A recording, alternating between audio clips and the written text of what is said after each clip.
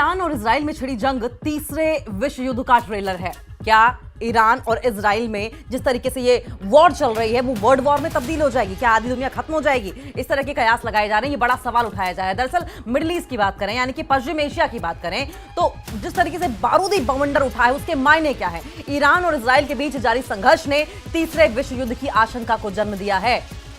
Israel के rising lion operation और Iran के ट्रू प्रॉमिस 3 के जवाबी हमले ने तनाव बढ़ा दिया है। देखिए, जिस तरीके से दोनों ही कंट्रीज की ओर से बैक टू बैक एक दूसरे पर ऊपर अटैक किए जा रहे हैं, नुकसान पहुंचाया जा रहा है, मासूम लोगों को मारा जा रहा है, मिसाइलें दागी जा रही है, रॉकेट्स दागे जा रहे हैं, रॉकेट लॉन्चर्स का इस्तेमाल किया जा रहा है, मिलिट्री बेसिस को टारगेट किया जा रहा है, न्यूक्लियर साइट्स को अटैक करने की कोशिश की जा रही है, साइंटिस्ट मारे जा रहे हैं, सिविलियंस मारे जा रहे हैं, हॉस्पिटल्स को टारगेट किया जा रहा है। ऐसे में ये जो सिचुएशन है वो एक्सलेट होती दिखाई दे रही। कहीं से ऐसा नहीं लग रहा है कि किसी भी तरीके से इसको अभी ठंडा किया जा सकता है। और उस पर से अमेरिका जैसी कंट्रीज जो है वो आग में घी डालने का काम कर रही हैं, बैकिंग इजराइल को कर रही हैं। वहीं ईरान के जो सबसे बड़े धार्मिक गुरु हैं आयतुल्लाह खमनेई, उन्होंने दो टूक कह दिया है कि इजराइल को बख्शा नहीं जाएगा। इजराइल ने अपना दुर्भाग्य खुद ही लिख लिया है। दरअसल आप समझे, एक बार फिर से आपको बताते हैं वर्ल्ड वॉर 3 की आशंका क्यों जताई जा रही है। ये आशंका इसलिए जताई जा रही है, इस चीज को लेकर इसलिए बात की जा रही है क्योंकि इजराइल के राइजिंग लॉयन ऑपरेशन के लिए तैयारी पहले कर दी गई थी। कहा जा रहा था कि अप्रैल में ही लॉन्च होना था। वहीं ईरान के ट्रू प्रॉमिस 3 के जवाबी हमलों ने तनाव बढ़ा दिया है। पहले इजराइल ने अटैक किया, ईरान ने जवाब दिया, रिटेलिएट किया, और उसके बाद अब जो है टेंशंस वो बढ़ती नजर आ रही हैं। अमेरिका इजराइल का समर्थन कर रहा है, जबकि रूस ने तीसरे विश्व युद्ध की बात कर दी है। देखिए, हमने कल ही बात की थी इस बारे में कि दो धड़ों में बटी दुनिया नजर आ रही है। जहां इजराइल की बैकिंग कर रहा है अमेरिका, वहीं ईरान का सपोर्ट अब रशिया कर रहा है, और रशिया ईरान अच्छे दोस्त भी रहे हैं। देखिए, चीन ने इजराइल को वार्निंग दी है कि ये जो सिचुएशन है बेहद सेंसिटिव है, स्थिति बहुत नाजुक है और वैश्विक युद्ध का खतरा मंडरा रहा है। चाइना भी अब इसमें अपना वर्जन रख रहा है और कह रहा है कि ये सिचुएशन अगर टैकल नहीं की गई तो वर्ल्ड वॉर होकर रहेगा। मिडिल ईस्ट इस समय बारूद के ढेर पर बैठा है। पश्चिम एशिया इस वक्त बारूद के ढेर पर बैठा है। ईरान और इजराइल के बीच जारी खूनी संघर्ष ने पूरी दुनिया को चिंता में डाल दिया है। सवाल इस बात को लेकर उठने लगे हैं कि क्या यही संघर्ष वर्ल्ड वॉर 3 का ट्रेलर है, तीसरे विश्व युद्ध का कारण है? और अगर ऐसा है तो क्या इस युद्ध की चिंगारी पूरी दुनिया को अपनी चपेट में ले लेगी? पूरी दुनिया इसकी जद में आ जाएगी, पूरी दुनिया में तबाही मचेगी, पूरी दुनिया में मासूम लोग मारे जाएंगे। न जाने कितने ही और ऐसे देश होंगे जो कि इस युद्ध की जद में आकर जंग में आग की लपटों के बीच खाक हो जाएंगे। कई देश ऐसे होंगे जो बर्बाद हो जाएंगे। इजराइल ने ईरान के खिलाफ अपने ऑपरेशन को नाम दिया है राइजिंग लॉयन, यानी कि उठता हुआ शेर। वहीं ईरान ने जवाबी हमले की शुरुआत की है ऑपरेशन ट्रू प्रॉमिस 3 के तहत। दोनों ही देश एक दूसरे को तबाह करने की धमकी दे रहे हैं, एक दूसरे को नेस्तनाबूद करके बर्बाद करने की, पंगु कर देने की धमकी दे रहे हैं। इजरायली प्रधानमंत्री बेंजामिन नेतन्याहू ने ऐलान किया है कि जब तक ईरान के सभी न्यूक्लियर ठिकानों को नष्ट नहीं कर दिया जाता तब तक हवाई हमले जारी रहेंगे। जवाब में ईरान ने चेतावनी इस बात को लेकर दी है कि 150 मिसाइलों की जो बारिश बीती रात इजराइल पर हुई वो सिर्फ शुरुआत थी। अब ईरान 2000 बैलिस्टिक मिसाइलें इजराइल पर दागने की तैयारी में है। देखिए, जब इजराइल ने अटैक किया तो रिटेलिएट ईरान ने भी किया। पहले 140 ड्रोन बरसाए और उसके बाद 200 बैलिस्टिक मिसाइल दागी, और उसके बाद एक और फेज में अगले दिन एक फ्रेश बैच मिसाइलों का इजराइल पर दागा। इजराइल में इस वक्त तबाही मची पड़ी है। जो मौतों का आंकड़ा है वो बढ़ता चला जा रहा है और जो घायल लोग हैं उनका आंकड़ा बढ़ता चला जा रहा है। कई मिलिट्री बेसिस को टारगेट किया गया है। हालांकि इजराइल खुलकर इस बात को कबूल नहीं कर रहा है। वहीं आपको ये भी बताएं कि कई ऐसी फुटेजेस इजराइल से सामने आई हैं जहां पर धुआं उठता दिखाई दे रहा है, बर्बादी के निशान दिखाई दे रहे हैं। ईरान के 9 वैज्ञानिक मारे गए थे, 6 टॉप कमांडर ढेर कर दिए गए थे, और ऐसे में कुल मिलाकर देखा जाए तो 20 ऑफिसर्स ईरान के मारे गए थे। और दावा इस बात को लेकर किया जा रहा है कि पिछले 48 घंटों में इजराइल ने ईरान के कई अहम ठिकानों को भी निशाना बनाया है। मीडिया रिपोर्ट्स के मुताबिक ईरान के 9 परमाणु वैज्ञानिकों और 6 टॉप कमांडर्स की मौत हो चुकी है। ये मीडिया रिपोर्ट कह रही हैं। इस हमले के जवाब में ईरान ने इजराइल के डिफेंस सिस्टम को भेदते हुए टेल अवीव की ऊंची इमारतों को मलबे में तब्दील कर दिया है। दोनों तरफ से ही विभत्स हमले किए जा रहे हैं, दोनों तरफ से ही बर्बादी मचाई जा रही है, दोनों तरफ से ही रॉकेट्स, परमाणु हथियारों की धमकी भी दी जा रही है। देखिए, जिस तरीके से ये हालात पैदा हुए हैं उससे तो एक बात साफ है कि ये जो युद्ध है वो इतनी आसानी से थमने वाला नहीं है। मीडिएशन कौन करेगा, किसकी बात ऐसी होगी जो कि सुप्रीम रखी जाएगी, दोनों ही कंट्रीज मान लेंगी, ये भी बड़ा सवाल रहेगा। अब देखिए, अमेरिका भले ही ये कह रहा हो कि मेरा से कोई लेना देना नहीं है, लेकिन अमेरिका जो है वो पहले से ही इस वॉर में सक्रिय रहा है। अमेरिका का पहले से ही हाथ इसमें रहा है। अमेरिका पहले से ही इजराइल को इसकी बैकिंग देता रहा है। हालांकि अमेरिका इस बात को कबूल नहीं कर रहा है, जाहिर है वो कभी नहीं करता है। इस युद्ध में अमेरिका खुलकर इजराइल के साथ खड़ा है। दावा किया जा रहा है कि अमेरिकी रक्षा विभाग ने इजराइल को 300 हेलफायर मिसाइलें सप्लाई की हैं। ये बड़ी जानकारी आप देख रहे हैं। ये बड़ी जानकारी देखते हुए आपको हम ये भी बता दें कि किस तरीके से जो अमेरिका है वो बुरी तरीके से इस हमले को लेकर सजग दिखाई दे रहा है। दावा किया जा रहा है कि इजराइल ने ईरान के कई अहम ठिकानों को निशाना बनाया है। पिछले 48 घंटों में कई अहम जो न्यूक्लियर साइट्स है उनको भी निशाना बनाने की कोशिश की है। मीडिया रिपोर्ट्स इस बात का दावा कर रही हैं। ईरान के 9 परमाणु वैज्ञानिकों और 6 टॉप कमांडर्स की मौत भी हो चुकी है, लेकिन कुल मिलाकर 20 टॉप कमांडर्स ऐसे हैं जिनको मारा गया है, इस बात का दावा कर रही है मीडिया रिपोर्ट्स। इस हमले के जवाब में ईरान ने इजराइल के डिफेंस सिस्टम को भेजते हुए तेल अवीव की ऊंची इमारतों को मलबे में तब्दील कर दिया है, पूरी तरीके से नेस्तनाबूद करने की कोशिश कर दी है। अमेरिका पहले से ही युद्ध में सक्रिय है। देखिए, अमेरिका भले इस बात को ना माने, लेकिन डायरेक्टली इनडायरेक्टली किसी भी तरीके से वो इस युद्ध में बैकिंग कर रहा है इजराइल को। इस युद्ध में अमेरिका खुलकर इजराइल के साथ खड़ा है। दावा इस बात को लेकर किया जा रहा है कि अमेरिकी रक्षा विभाग ने इजराइल को 300 हेलफायर मिसाइलें सप्लाई की हैं। 300 हेलफायर मिसाइलें सप्लाई की, और किसने की हैं?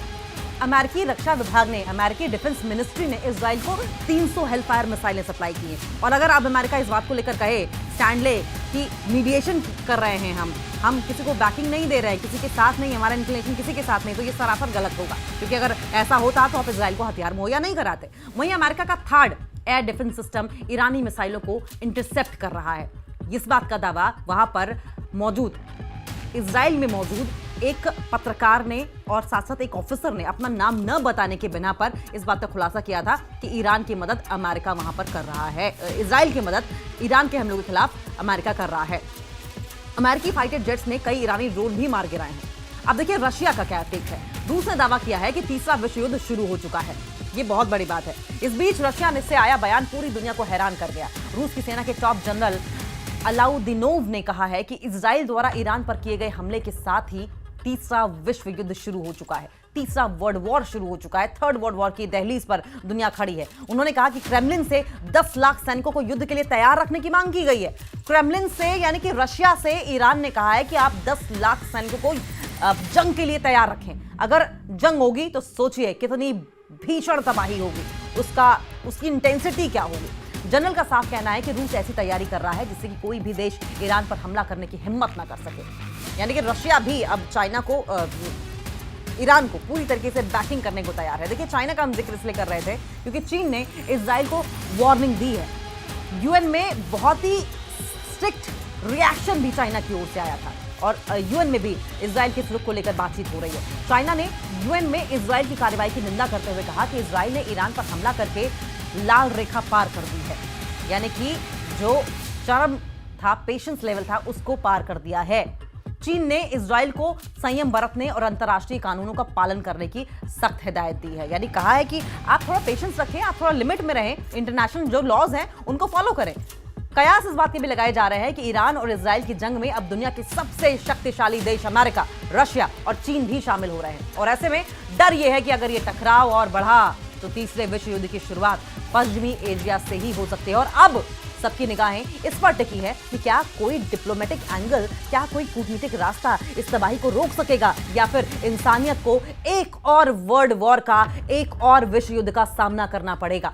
ईरान के साथ रूस और चीन जैसे शक्तिशाली देश खड़े नजर आ रहे हैं। रूस ने पहले से ही ईरान को S-300 मिसाइल डिफेंस सिस्टम दे दिया है। चीन का ईरान के साथ $400 अरब का ऊर्जा समझौता भी है, एनर्जी ट्रीटी भी है। चीन ईरान को रणनीतिक साझेदार मानता है, स्ट्रेटेजिक पार्टनर मानता है, और ऐसे में चीन ईरान को आर्थिक सहायता दे सकता है, इकोनॉमिक हेल्प भी कर सकता है चाइना ईरान को, जिससे कि तेहरान युद्ध को लंबा खींच सकता है। और ऐसे में सवाल यह कि इजराइल कितने दिन फिर टिकेगा ईरान के सामने। वहीं उत्तर कोरिया की बात करें, देखिए उत्तर कोरिया भी रशिया का स्ट्रेटेजिक पार्टनर है, ईरान का स्ट्रेटेजिक पार्टनर है और चाइना का भी स्ट्रेटेजिक पार्टनर है। तो उत्तर कोरिया भी ईरान का साथ दे सकता है। वहीं उत्तर कोरिया भी ईरान के साथ खड़ा दिखाई देगा। ईरान के पास पहले से ही प्रॉक्सी संगठनों हमास, हिजबुल्लाह और हूती की ताकत है। तो वहीं इजराइल के साथ अमेरिका, ब्रिटेन, फ्रांस और यूरोप के कई देश हैं।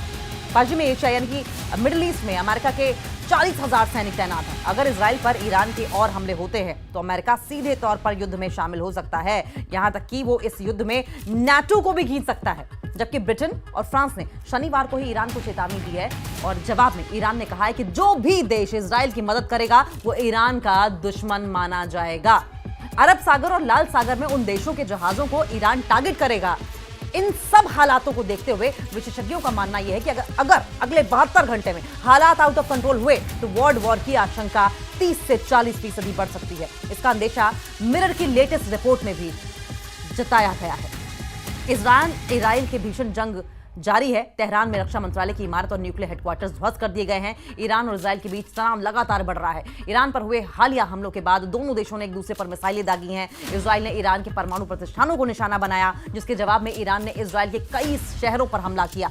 इस टेंशन के कारण, इस संघर्ष के कारण ईरान ने अमेरिका के साथ चल रही परमाणु वार्ता को, न्यूक्लियर टॉक्स को रद्द कर दिया है, जिससे कि मिडिल ईस्ट में युद्ध का खतरा और ज्यादा बढ़ गया है।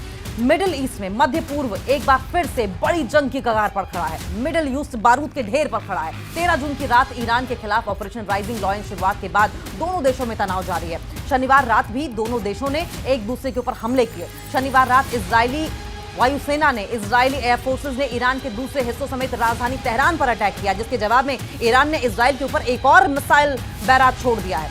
इजराइल के इस हमले में तेहरान के रक्षा मंत्रालय की इमारत, तेहरान की जो डिफेंस मिनिस्ट्री की बिल्डिंग है, उसको नुकसान पहुंचा। परमाणु न्यूक्लियर जो प्रयोगशाला थी, न्यूक्लियर लैब थी, उसको नुकसान पहुंचा। न्यूक्लियर हेडक्वार्टर्स और 2 रिफाइनरी को निशाना बनाया। हमले के बाद आई तस्वीरों में आग और बड़े पैमाने पर हुए नुकसान को देखा जा सकता है, जिसके बाद ईरान ने इजराइल के बंदरगाह यानी कि पोर्ट सिटी हाइफा सहित पूरे इजराइल पर मिसाइलें दागी। ईरान के Islamic revolutionary guard corps IRGC का यह कहना है कि उसने इजराइल के ऊर्जा बुनियादी ढांचे को निशाना बनाया है। इजरायली इमरजेंसी सर्विस ने कहा कि हमलों में देश के उत्तरी हिस्सों में कम से कम 3 लोग मारे गए हैं। शुक्रवार शाम ईरान के हमले के बाद इजराइल के प्रधानमंत्री बेंजामिन नेतन्याहू ने शनिवार को कहा कि उनकी सेना जो है वो आयतुल्लाह शासन के हर ठिकाने और हर लक्ष्य पर हमला करेगी। इन हमलों में ईरान शुक्रवार तड़के हुए अपने परमाणु प्रतिष्ठानों, हवाई सुरक्षा और अन्य ठिकानों पर इजरायली हवाई हमलों का जवाब दे चुका है, जिनमें से कुछ में जो टॉप कमांडर्स और न्यूक्लियर साइंटिस्ट मारे गए हैं उनका बदला लेना हो।